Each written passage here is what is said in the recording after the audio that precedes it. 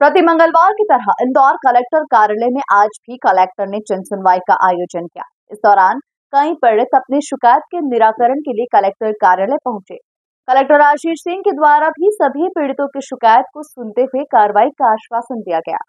अपनी शिकायत के संबंध में कलेक्टर कार्यालय में जन सुनवाई के लिए पहुंचे एक बुजुर्ग महिला ने बताया कि उनके पोते को 1 महीने पहले युग पुरुष धाम आश्रम से घर भेज दिया गया। बुजुर्ग महिला का कहना है कि उनका पोता दोबारा आश्रम जाने की जिद कर रहा है। साथ ही उनकी भी आर्थिक स्थिति इतनी अच्छी नहीं है कि उसका पालन पोषण कर सके। आश्रम संचालक ने कहा है कि अगर वो कलेक्टर से लिखित आदेश लेकर आ जाएगी तो उसे वापस आश्रम में रख लिया जाएगा। मैं मेरे पोते को गुरु पुरुष धाम आश्रम में छोड़ना चाहती हूँ। उन्होंने 1 महीने पहले कोई से भी आश्रम में कर दीजिए, मैं कहीं भी भेज दूंगी मगर अच्छा रहे बच्चा मेरा बस। और उसकी माँ मर चुकी है, माँ को शांत हुए 3 महीने हो गए, मेरे से बच्चा बढ़ता नहीं, मेरे को अटैक आ गए 2 बार। मैं संभालने में असमर्थ हूँ सर, बस और कोई प्रॉब्लम। जो पिता है वो पिता नहीं आते हैं, दारू पी लेता है। जब से औरत शांत हुई, जब से वो घर में आता नहीं भी आता है। मकान मालिक मेरा बहुत सहारा देती है, इसके कारण मैं वहाँ पे वो किराए भी नहीं लेती और मेरे बच्चे को भी अबेरती वो। आपका जीवन यापन कैसे चलता है? मेरे को पेंशन मिलती सर, और ये मकान मालिक दे देती मेरे को थोड़ा बहुत खाना पीना, तो मेरा भी जीवन चल जाता है। अभी तो काफ़ी मौतें हुई थी आश्रम में, मालूम है सर, मगर मैडम बहुत अच्छे से रखती थी। मैडम बहुत अच्छी थी। मैडम से बिगड़ रह ही नहीं रहा बच्चा, 1 महीने रहा तो मैडम उसको सीने से लगा रखती थी। आप उसको कोई से भी आसन है बहुत अच्छे से ध्यान देती मैडम, जितना कोई ध्यान नहीं देता होगा। और उस आश्रम की तो जितनी तारीफ करो उतना ही कम है। पूरे मामले में कलेक्टर आशीष सिंह ने बताया कि युग पुरुष आश्रम के पीड़ित बच्चे और उनके परिजन यहां जन सुनवाई में आए थे और उनकी समस्याओं को उन्होंने सुना। जल्द ही उन्हें बच्चों को दूसरे आश्रम में शिफ्ट करवा दिया जाएगा। 2 ऐसे आज हमें आवेदन प्राप्त हुए हैं और वो भी हैं कि जो कुछ बच्चे थे जो पहले युग पुरुष धाम में रहते थे, जिस समय ये घटना हुई उस समय कुछ बच्चों को या विगत 2-3 महीने पहले कुछ बच्चों को वहाँ से मुक्त किया गया था, वो वापस युग पुरुष धाम में जाना चाहते हैं। लेकिन जैसे कि जो विगत घटना हुई थी उसको देखते हुए अभी हम लोग एक विकल्प तलाश रहे हैं और या तो सामाजिक न्याय विभाग की संस्था में या अन्य किसी संस्था में इनको हम लोग भिजवाने का काम करेंगे। इस हेतु डीपीओ महिला बाल विकास को निर्देशित किया जाएगा। एक दूसरे मामले में नागपुर के वात्सल्य बिल्डर की शिकायत लेकर पहुंचे राजेश बंसल ने बताया कि बिल्डर के द्वारा 2008 में 6 प्रोजेक्ट्स का काम शुरू किया गया था, जिन्हें बीच में ही अधूरा छोड़ दिया गया और आज तक काम पूरा नहीं किया गया।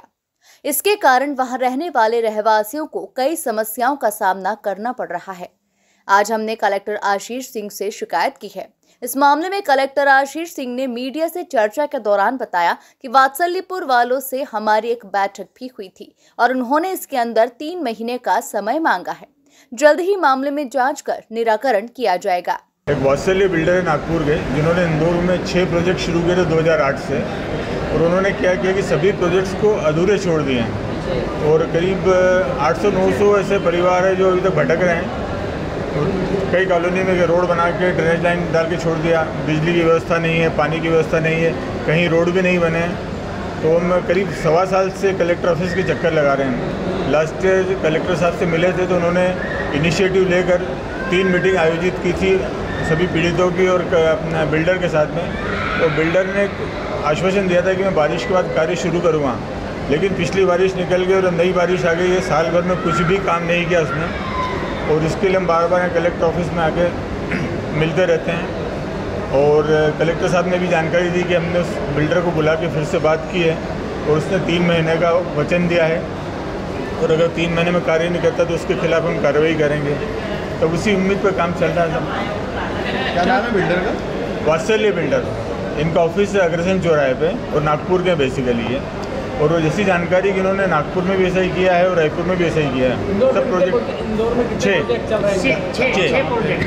एक खंडवा रोड पे है, उसका प्रेस्टीज 1 के नाम से, प्रेस्टीज 2 के नाम से नैनोद में है, प्रेस्टीज 3 के नाम से ध्राव में है, और 4 और 5 भी है, और 6 SR2 है, जिसके SR2 में आज तक डाइवर्शन भी नहीं, वहाँ के तो लोग सबसे ज़्यादा परेशान हैं। सभी प्रोजेक्ट में इस तरह की सभी में एक भी प्रोजेक्ट कंप्लीट नहीं है। आपका कहाँ पे प्लॉट है? सर P1 में मेरा प्रेस्टीज, जो खंडवा रोड पे प्रेस्टीज 1 है वहाँ मेरा है। आपका प्रेस्टीज 3 पे है, कितने प्लाट धारक के जो प्रभावित हुए हैं और परेशान हो 800-900 प्लाट धारक 900 से ज़्यादा है सर। क्या बोला गया कलेक्टर साहब? कलेक्टर साहब ने कहा कि अभी इससे बात की है 15 दिन पहले, उसने 3 महीने का समय मांगा है। और देखिए, जनसुनवाई में अलग अलग तरीके के प्रकरण सामने आए हैं।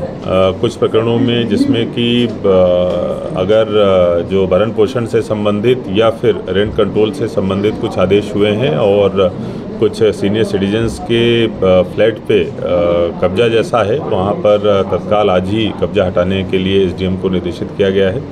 इसी तरीके से कुछ चिकित्सा से संबंधित आवेदन प्राप्त हुए हैं जिनमें कि सहायता की आवश्यकता है, उनको भी तत्काल स्वीकृति प्रदान करी गई है।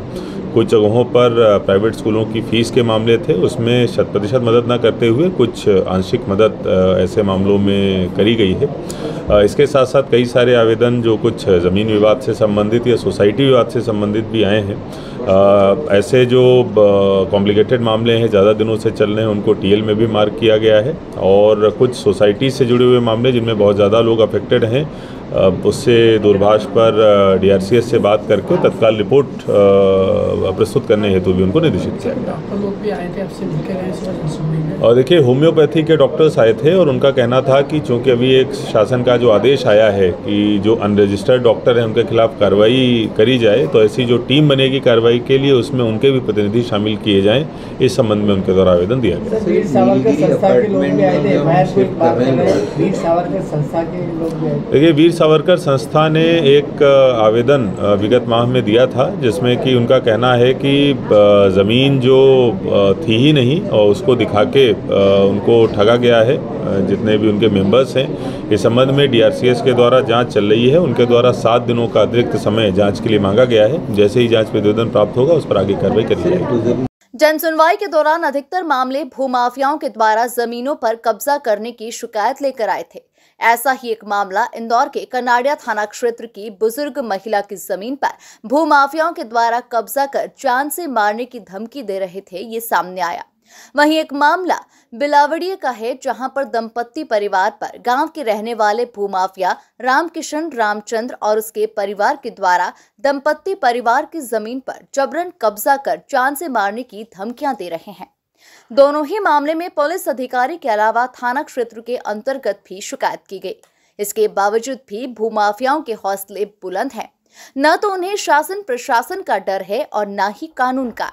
दंपत्ति परिवारों के द्वारा न्यायालय में मामला होने के बावजूद भी भूमाफियाओं के द्वारा जमीन पर कब्जा कर केस वापस लेने की धमकियां दी जा रही है। इसकी शिकायत दंपत्ति परिवार की ओर से जनसुनवाई में की गई। वहीं पूरे मामले को गंभीरता से लेते हुए एडीएम सपना लोवंशी ने जांच कराने की बात कही है। काफी कुछ मामले जमीन से संबंधित शिकायत में आ रहे हैं।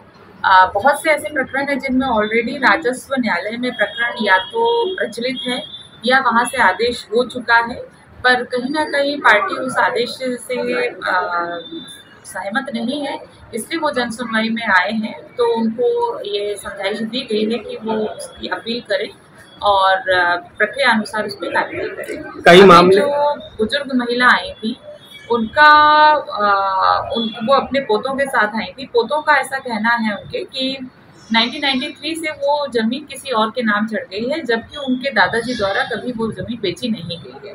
तो इस प्रकरण में भी उनको जानकारी दी गई और प्रक्रिया का पालन करते हुए कार्रवाई करने के लिए निर्देशित किया गया। एक कॉलेज की शिकायत भी की गई थी। एक कॉलेज की शिकायत। Thank you. अभी कलेक्टर महोदय के आदेश हैं कि उनके लाइसेंस कॉलोनी वालों के भूमाफियाओं के रद्द भी किए जाएंगे। इसी तारतम्य में लेकर कई आदिवासियों की ज़मीनों पर धड़ल्ले से कॉलोनियाँ काटी जा रही हैं। कॉलोनी सेल द्वारा इसकी जांच की जा रही है और विधिवत जो नियमानुसार प्रक्रिया है वो उसका पालन किया जाए। इसके अलावा और भी कई मामले जन सुनवाई में पहुंचे जिनका तत्काल प्रभाव से निराकरण किया गया। इंदौर से द नेशन टाइम की रिपोर्ट।